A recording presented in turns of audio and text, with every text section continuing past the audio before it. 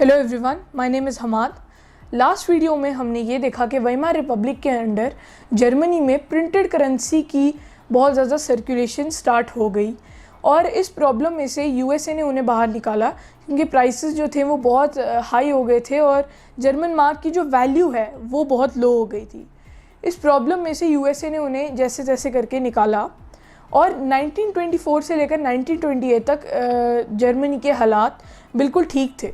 Unemployment rate भी कम था और पॉवर्टी भी कम थी, रेट्स नॉर्मल थे। अब 1929 में थोड़ा सारा ट्विस्ट आता है कहानी में, जबकि हमें पता चलता है कि वॉल स्ट्रीट एक्सचेंज क्रैश हो गई है। अब वॉल स्ट्रीट एक्सचेंज कैसे क्रैश हुई इसका मैं आपको एक एग्जांपल देता हूँ। जैसे मैंने एक इंडस्ट्री में या फिर एक कंपनी में 1 करोड़ रुपीज़ का जो है वो शेयर लिया है। रुपीज़ में मैं आपको इसीलिए समझा रहा हूँ क्योंकि it's easier to explain. 1 crore rupees का जो है मैंने शेयर लिया है एक इंडस्ट्री में या एक कंपनी में, जिसका कुछ महीनों के बाद मुझे पता चलता है कि प्राइस शेयर की जो है वो गिर रही है। जो मैंने शेयर ख़रीदा है उसकी मार्केट में प्राइस गिर रही है। तो 1 करोड़ से वो 90 लाख होता है, 90 लाख से वो 80 लाख होता है, 80 लाख से 70 लाख होता है। और ऐसा भी हो सकता है कि करते करते वो ज़ीरो तक पहुंच जाए। अगर ज़्यादा प्राइस ना बढ़े तो हो सकता है करते करते वो ज़ीरो तक पहुंच जाए।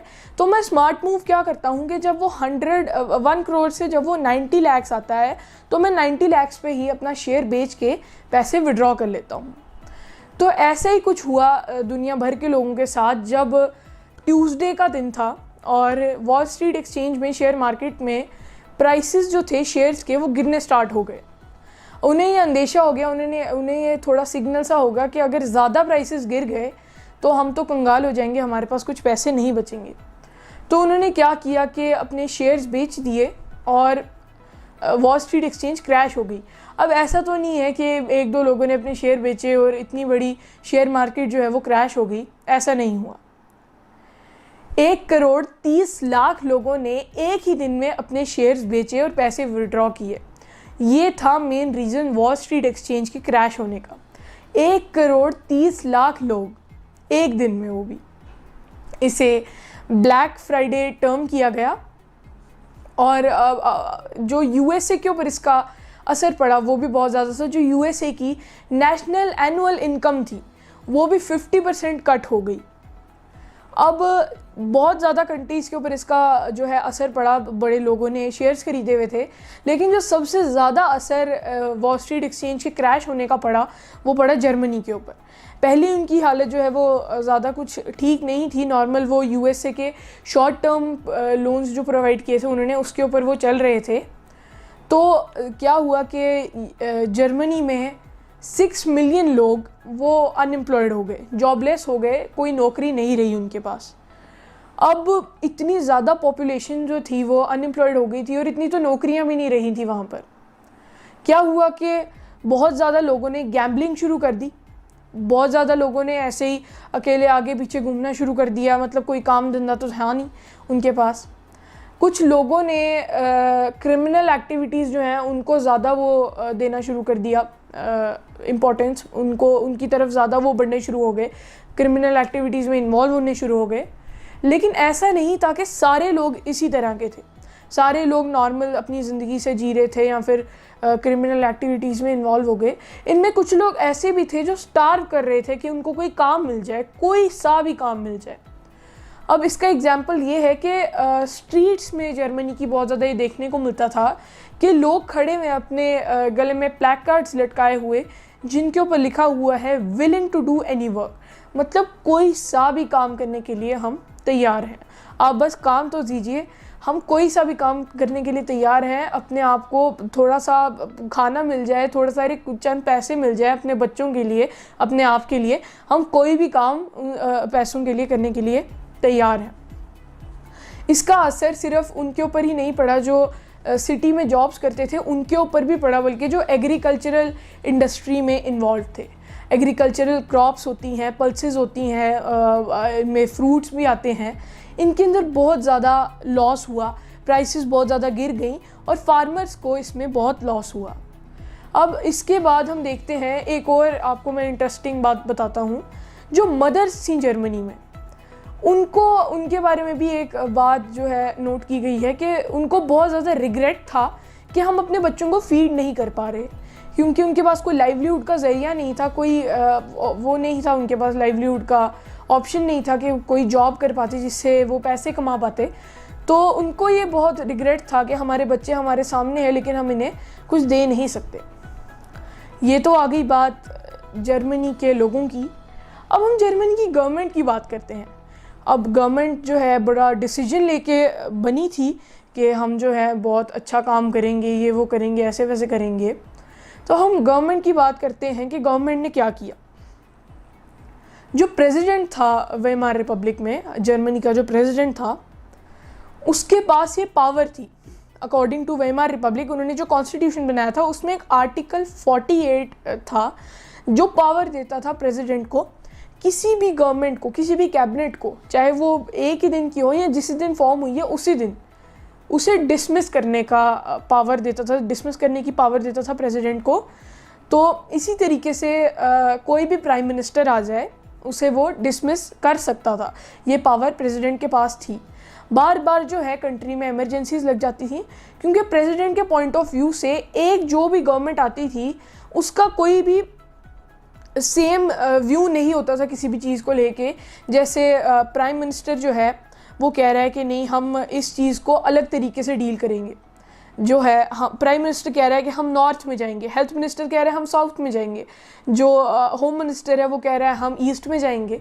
तो इसी तरह से प्रेसिडेंट को लगता था कि अगर ये अलग अलग हो गए तो फिर हमारी कंट्री की जो है वो कौन करेगा, कंट्री का विकास जो है, कंट्री की ग्रोथ जो है वो कैसे होगी। तो इसीलिए अब ये तो मुझे पता नहीं कि या फिर उसके पर्सनल रीजंस थे को प्रेसिडेंट के, जो गवर्नमेंट को वो डिसमिस कर देता था जो भी नई फॉर्म होती थी, लेकिन जो फैक्चुअल रीजंस हैं वो यही हैं कि जो गवर्नमेंट थी वो एक सेम वे में जो है वो नहीं चलती थी। अब ऐसे ही in the tenure of 252 days और समथिंग लाइक दैट, इतने ही 250 दिनों तक जो है एक कैबिनेट जो है रहती थी। इन दिनों में 20 कैबिनेट्स को जो है वो प्रेसिडेंट ने डिसमिस कर दिया। वो इसीलिए क्योंकि वो एक साथ नहीं, वो अपना उनका एक सेम व्यू नहीं होता था किसी भी चीज़ को लेकर। अब हम इसके ऊपर बात करते हैं कि हिटलर की बात हम ले आते हैं। हम चैप्टर जो है Nazism at the rise of Hitler के ऊपर है। हिटलर की अभी कोई ख़ास बात नहीं हुई है, हिटलर की हम बात करेंगे। हिटलर जो था, he was born in Austria in the year 1888। Austria का तो आपको पता ही होगा कि वो ऑस्ट्रिया में पैदा हुआ था। He join the army in the world war one के टाइम पे उसने आर्मी ज्वाइन की और वो लड़ा, बहुत अच्छे से लड़ा, पर अनफॉर्चुनेटली जीत हासिल तो नहीं हुई थी। फिर उसके बाद ये हमें पता चलता है कि हिटलर ने जो है वो पार्टी ज्वाइन कर ली थी, जर्मन वर्कर्स पार्टी उसने ज्वाइन कर ली, जो बाद में नेशनल वर्कर्स पार्टी के नाम से जानी गई और जिसे नाजी पार्टी भी हम बुलाते हैं। उसके अंदर हिटलर ने जब ज्वाइन किया, अब मैं आपको बताता हूँ, हिटलर ने 1928 में 2.8% वोट्स जो हैं वो लिए। उसने तब भी इलेक्शन कंटेस्ट किया था 1928 में, और फिर 1932 में हिटलर ने 37% वोट्स लिए, जो मेजॉरिटी ऑफ वोट्स थे। अब ये हिटलर ने वोट्स कैसे लिए? और भाई 1929 से लेकर 1932 तक तो ग्रेट डिप्रेशन चला। अब मैं आपको बताता हूँ कि हिटलर ने किया क्या। जब 1928 में उसकी डिफीट हुई, वो जीत नहीं पाया इलेक्शंस, तो उसने ठान लिया कि भाई अब मैं ही इनका लीडर बनूंगा। अब उसने सोच लिया कि अब लीडर मैंने बनना ही बनना है, जर्मनी का लीडर। और उसने रैलीज़ कंडक्ट करना शुरू कर दिया, बड़ी बड़ी रैलीज़। बहुत ज़्यादा लोग होते थे उनके अंदर, लाखों की तादाद में लोग होते थे। हिटलर के न्यूज़ वगैरह आनी शुरू हो गई कि हिटलर जो है he is a powerful speaker, वो बहुत ज़्यादा रैलीज़ कंडक्ट कर रहा है। हिटलर की नाजी पार्टी का जो फ्लैग था, द स्वास्तिका और जो नाजी सल्यूट थी, वो बहुत ज़्यादा लोग जो है वो परफॉर्म करते थे उसकी रैलीज़ में। लोगों को आहिस्ता आहिस्ता हिटलर पसंद आने लगा, क्योंकि Hitler was a powerful speaker और वो लोगों को जो है वो कर लेता था, मोटिवेट कर लेता था कि हाँ भाई हमारा ऐसे, हमारी कंट्री ऐसी होगी, हम जो है यूएस को हरा देंगे, एलाइज के ख़िलाफ़ हम जंग करेंगे। और बहुत ज़्यादा मोटिवेट वो लोगों को करता था अपनी तरफ। तो इसी वजह से लोगों ने सोचा यार ये जो गवर्नमेंट है ये कौन सी कुछ खास कोई काम वगैरह कर रही है, हमें चाहिए हिटलर जैसा रूलर, हिटलर जैसा डिक्टेटर चाहिए हमें, चाहे वो डिक्टेट ही करे लेकिन हमें उसी के जैसा लीडर चाहिए। हिटलर ने बहुत ज़्यादा लोगों से मीटिंग्स की और एक र्यूमर ये भी है कि हिटलर अपनी रैलीज़ में लोगों को पे करके बुलाता था। अब आई डोंट नो कि इट इज़ ट्रू और नॉट, पर ऐसे ही कि र्यूमर है कि हिटलर पे करके लोगों को अपनी रैलीज़ में बुलाता था। और इसी वजह से हिटलर ने इतना ज़्यादा अपना जो है अपनी पार्टी को लोगों के बीच लाया, अपने ग्राउंड लेवल पर आके हिटलर जो है वो लोगों के साथ बातचीत करता था, उनके दुख सॉर्ट ऑफ बांटता था। तो इसी वजह से 37% जो है हिटलर को वोट्स मिले। So guys it's a wrap on this video. I will meet you next week. I hope you like the video. Thank you so much.